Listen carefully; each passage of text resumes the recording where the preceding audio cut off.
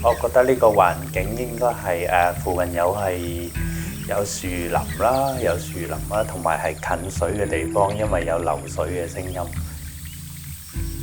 個感覺俾我好似入咗去個唔係公園仔喎，係有啲似一個小嘅森林咁樣。都有幾種雀仔叫啦，即係吱吱吱吱嗰啲好細碎嘅聲，好少嘅浪不停咁樣衝上去岸嘅環境。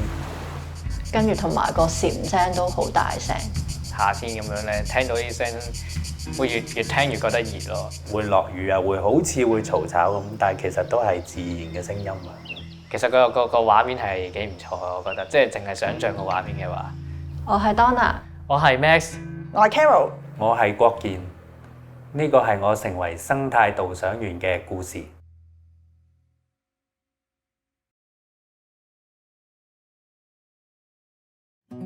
好，而家可以開始試下摸呢個地方。摸啲波浪形嘅嘢，係咪海啊？有啲似咧。呢度開始摸到好似摸到啲細塊嘅葉咁嘅。哦，呢個福建連坐蕨，所以咧有記憶嚟到講咧，呢度係有僕人房子同埋主樓嘅。呢個圖應該係圓洲仔，我諗係咧。我第一次嚟呢度嘅時候，我諗應該係21年11月咁樣，嗰陣時啱啱開始上 training。係啦，咁我係 Kitty 啦，之前可能喺其他場合應該有見過我嘅，咁我就係嚟自世界自然基金會 WWF 呢一度嘅教育部嘅同事啦。似呢一個 training 咧，成個培訓都會我同大家一齊去做嘅。圓洲仔個地方咧，其實就唔係好大嘅，但係咧佢入邊其實要睇嘅嘢都可以係好多咯。因為圓洲仔嘅花園咧係一個好神奇嘅地方，行一個小嘅距離咧係一個唔同品種嘅植物。你喺外邊嘅地方咧，其實都幾難揾到一個咁樣嘅地方。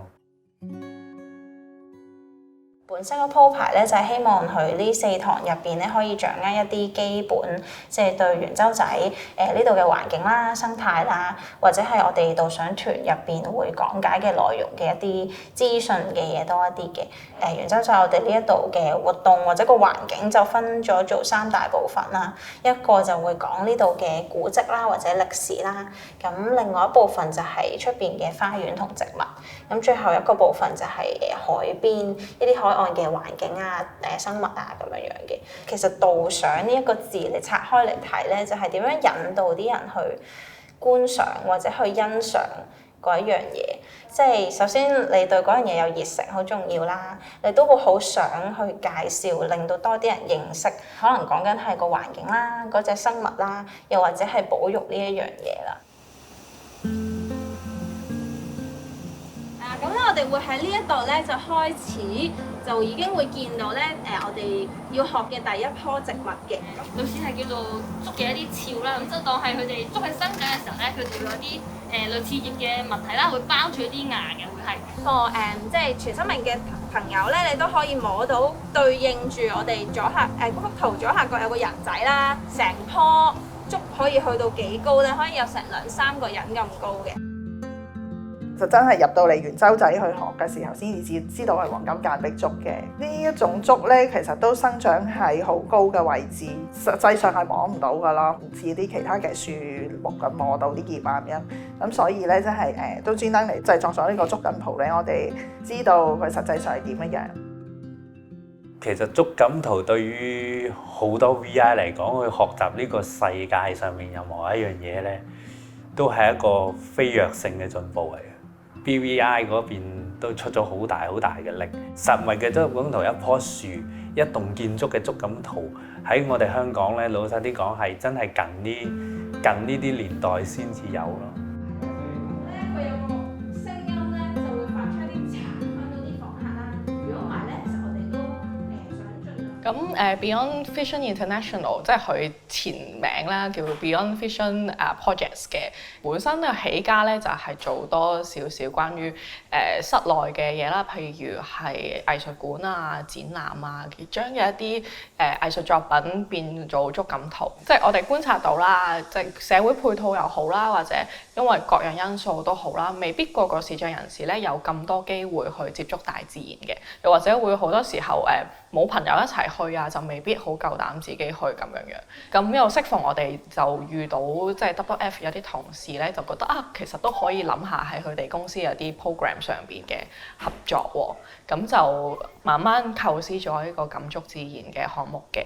係咁，感觸自然嘅第一個階段咧，我哋主要係搞唔同嘅導賞團嘅。咁主要就係去米埔啦。咁第二咧個地方就係而家我身處嘅地方啦。咁就係圓洲仔。咁米埔個團會比較特別少少啦。我哋都係想同視障人士一齊去觀鳥嘅，但係佢哋未必睇得好清楚啦。咁或者係全新明，咁佢哋點樣去觀鳥咧？咁我哋就準備咗一啲觸感圖。咁就係佢係平面紙張嚟嘅，咁但係咧佢啲圖就有啲凸起嘅線條啦，咁佢可以沿住嗰條線去摸同埋用手指咧去觀察嗰隻雀仔係咩形態。咁即係去到觀鳥屋，咁除咗有嗰本書仔去輔助之外咧，咁嗰個導賞員都係同我哋有夾過啦，我哋有少少培訓俾佢，咁所以佢都可以用口述影像咧去描述到佢嘅方位啊、佢嘅形態啊，或者佢當時做緊啲咩嘅。第二個比較特別咧，就係有個夜晚嘅團喺米埔嘅，都係觀察嘅嘢比較多嘅。但係因為喺夏天嘅夜晚咧，就比較多蟲啦。同埋青蛙啊呢一類嘅動物會出現，咁就係一個同日間好唔同嘅米埔體驗嚟嘅，係啦。咁我哋同樣都係用觸感圖等佢哋認識爬蟲類同埋唔同青蛙嘅形態啊，係啦。咁亦都咧會帶佢哋去睇螢火蟲嘅。咁其實第一個階段嘅時候，我哋就招募咗好多嘅視障朋友去玩嗰個生態導賞團啦。咁其實從中都想佢哋即係去體驗一下，其實導賞團係啲咩咧？可以做啲咩？咁同埋都可以睇下其實生態導賞員其實係嘅工作係點咧？咁部分都係由之前參加過之前嘅導賞團之後就嚟報名參加培訓咁樣嘅。即係其實好多都話，其實玩完導賞團之後都覺得幾有意思喎，幾得意喎，想試下，即係見有機會又想試下咁樣。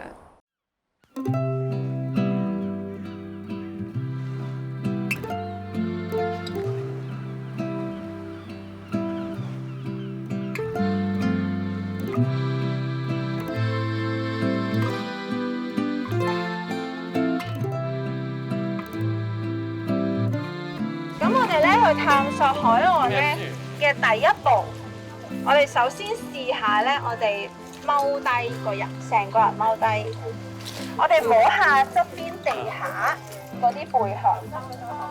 初步去設計嘅時候，最大嘅有幾個困難啦。第一咧就係個空間感，因為雖然圓洲仔咧佢空間唔算話好大啦，咁但係有幾個位我都曾經有擔心過佢哋即係唔知 manage 嘅程度可以去到邊啦。然之後今日其實就試咗一個我覺得即係我心目中啦，覺得最難嘅就係真係喺海邊，因為佢冇一啲好實質嘅路啊，或者甚至乎有啲地方連即係一個 proper 嘅樓梯都冇，佢哋都係自己要摸行。咁但係我今日見到嘅情況係佢哋自己衝咗去海邊啦，已經去到水邊嘅環境咁都令我放心咗啲嘅。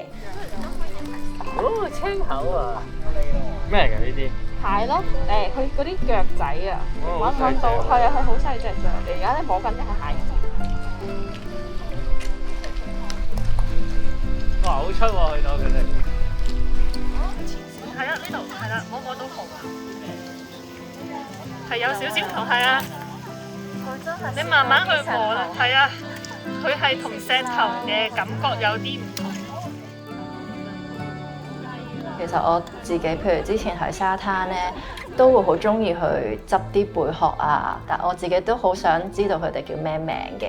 自己好深刻就係可以認識到佢哋係佢哋唔同嘅名同埋唔同嘅類別咁樣咯。之後見到佢哋，我都會知道哦，原來呢個就係詩音，而另外有個咧佢嗰個教位係比較正宗啲嘅話咧，嗰個就係叫加夫甲咁樣咯。睇點樣睇？真係摸到有嘢伸出嚟，好少好少嘅，好少嘅。等佢喺我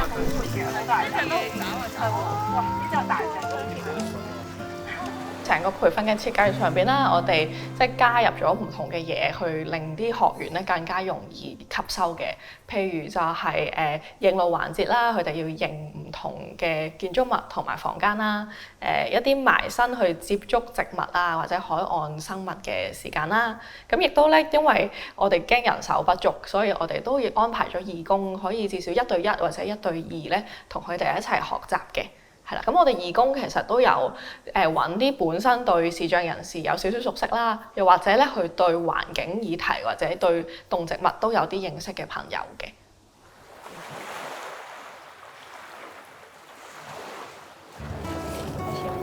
咁 Carol 佢而家準備緊啦，因為佢都睇緊現場嗰啲紅樹。好，帶到大家嚟到呢度咧，大家咧行住路嘅時候咧，都會感覺得到哇，好多樹枝啊，好多沙啊咁樣樣。係啊，咁呢度就係相比於頭先嗰度地方啦，頭先嗰度咧第一側貝殼嘅地方咧就係岩岸嚟嘅，就比較多岩石嘅。而呢邊咧就係上高頭呢度啲沙，下低咧其實咧就已經近海，就係啲泥嚟嘅。咁沙同泥夾埋嘅地方咧，其實咧就係呢度紅樹林會生長嘅地方嚟嘅。姐姐，呢啲咩嚟㗎？生喺海邊嘅咁樣啊？點解叫做紅樹林咧？喺海邊嘅植物而唔係上邊嗰啲都叫紅樹林咧？就係因為近海嗰啲植物咧，佢通常嗰個切出嚟咧係有啲紅色嘅汁液喺入邊嘅。咁咧中國嘅沿海城市啊，會用呢啲紅色嘅汁液咧攞嚟做染料啦，染紙啊，嗰個揮春啊，嗰啲紅色嗰啲都係用呢隻汁液嚟染出嚟嘅。咁我哋人體咧吸收得太多鹹水就係唔得嘅。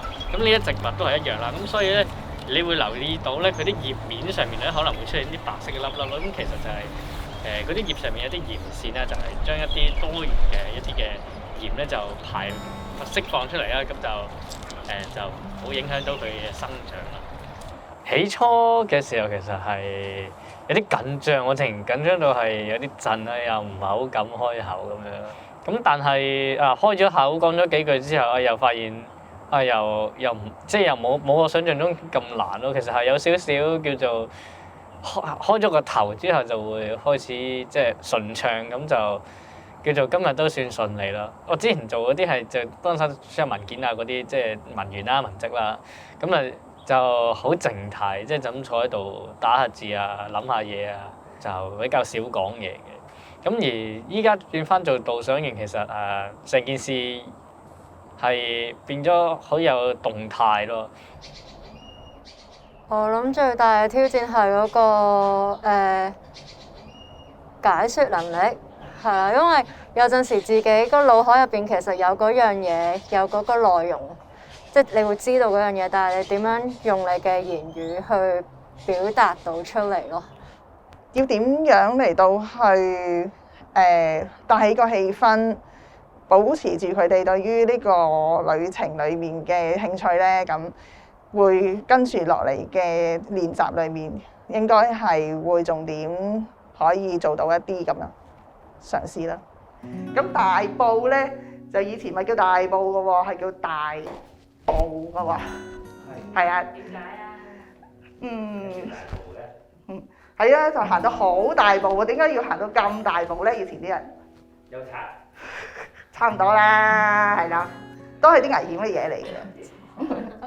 但係遇到啲乜嘢就要大步咁走咧。有狗。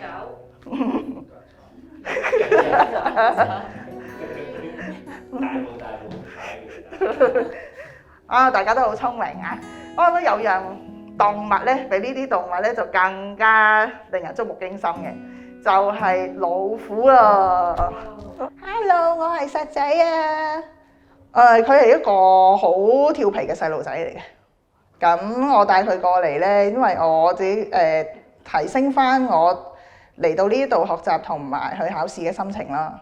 因為咧，我自己覺得咧，做導賞員咧就係要好似小朋友一樣咁有好奇心。好啊，咁我帶大家落咗嚟我呢度岩岸嘅位置啦。海岸線呢度咧，其實係一個潮間帶嘅個生態嘅環境啦。大家知唔知道呢一嚿係啲咩咧？有應該係可能有啲人都會食過嘅，係啦。如果去自助餐嘅時候咧，都好受歡迎嘅一個食物嚟嘅。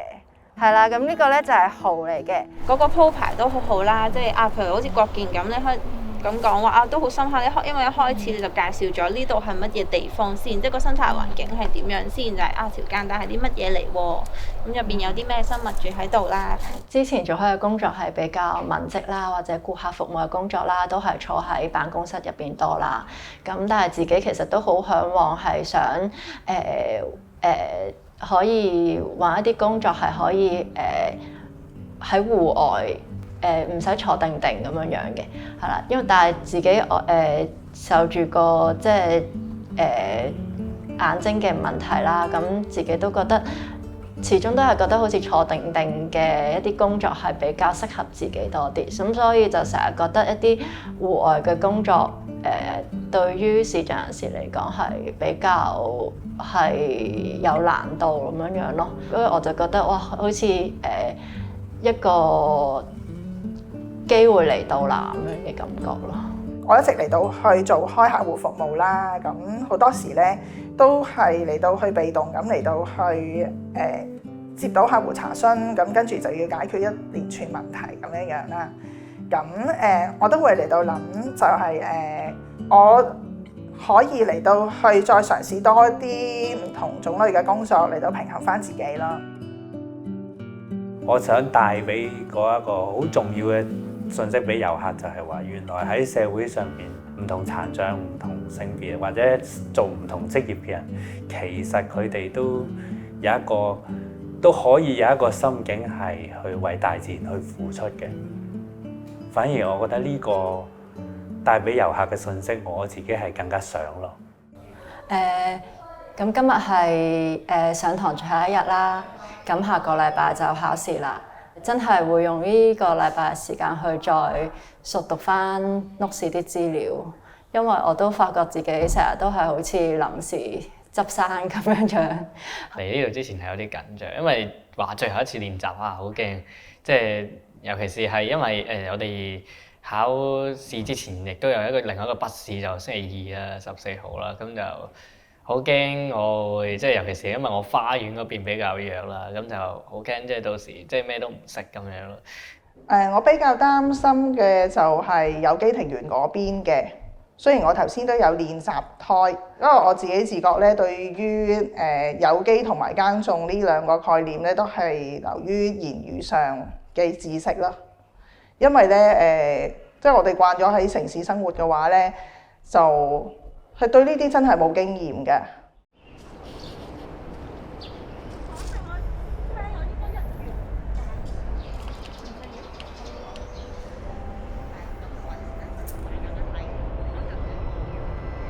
跌落去泥土之後咧，就會嚟到佢自己發芽。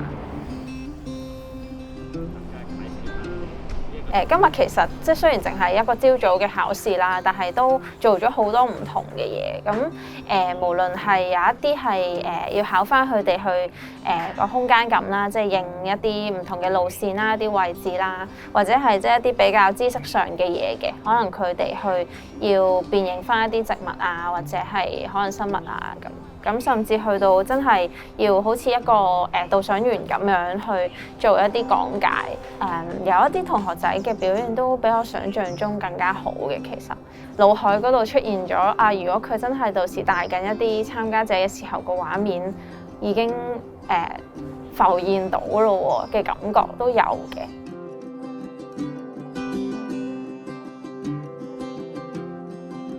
佢哋好多時都會咧係即係一啲講解嘅一啲內容咧會比我想象中係從用佢自己最熟悉嘅一啲感覺，譬如係觸摸啦，或者甚至乎用即係呢個聽覺咧，係從另外一個角度嚟到去演繹出嚟嘅。咁呢個係令我自己都有好大嘅一個啟發咯，呢個得着嘅。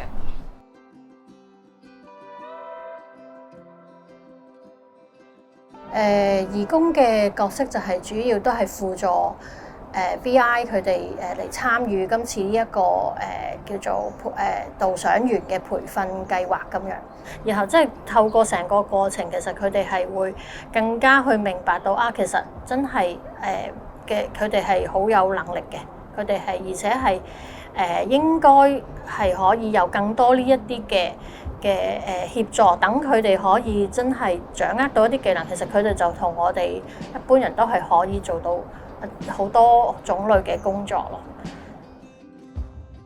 係咁，我知道佢哋考試合格咗之後，咁當然大家反應係好開心嘅，同埋好睇得出佢哋每個人都俾好多力去溫書，而嗰啲嘢係有回報啦。咁雖然就唔係每個學員都 pass 到呢個考試啦，但我都好睇得出，即係每一堂佢哋都好努力，會溫書啦，溫到唔熟嘅地方咧都會問翻 Kitty 或者同一啲義工去請教下，又或者佢哋有時會因為我哋喺後期嘅工作坊咧，都有啲安排佢哋小組咁樣互相學習或者溫書嘅。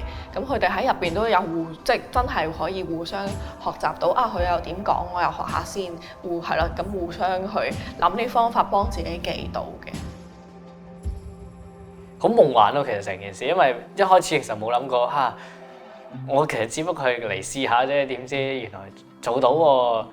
其實真係好開心嘅，係覺得都完成咗，喺今年裏面都完成咗一件都好大嘅事咁㗎，都覺得。係覺得係原來身邊係有人係 offer 呢樣嘢俾你嘅時候，咁我就覺得好開心去接受咁樣樣咯。過咗個考試，其實有更加多例如實戰上邊嘅嘢，先至係正式嘅戰鬥開始啦。其實我哋喺社會上面做嘢，其實都遇到好多困難，但係我發現其實如果肯付出，亦都係有人肯嘗試去認同我哋。如果其實無論係聽障啊、聾啞啊，或者係我哋視障都好，其實我哋都有我哋自己探索世界嘅一個方法。雖然啲人話呢個世界好危險啊，好多好預料唔到嘅事，但係其實相反，其實喺呢啲事嘅背後，其實呢個世界或者我哋生存緊嘅呢個地方，其實都係好靚嘅。我可以用我嘅方法去話俾人聽，我係點樣睇呢個世界，有種成功感啊，其實係。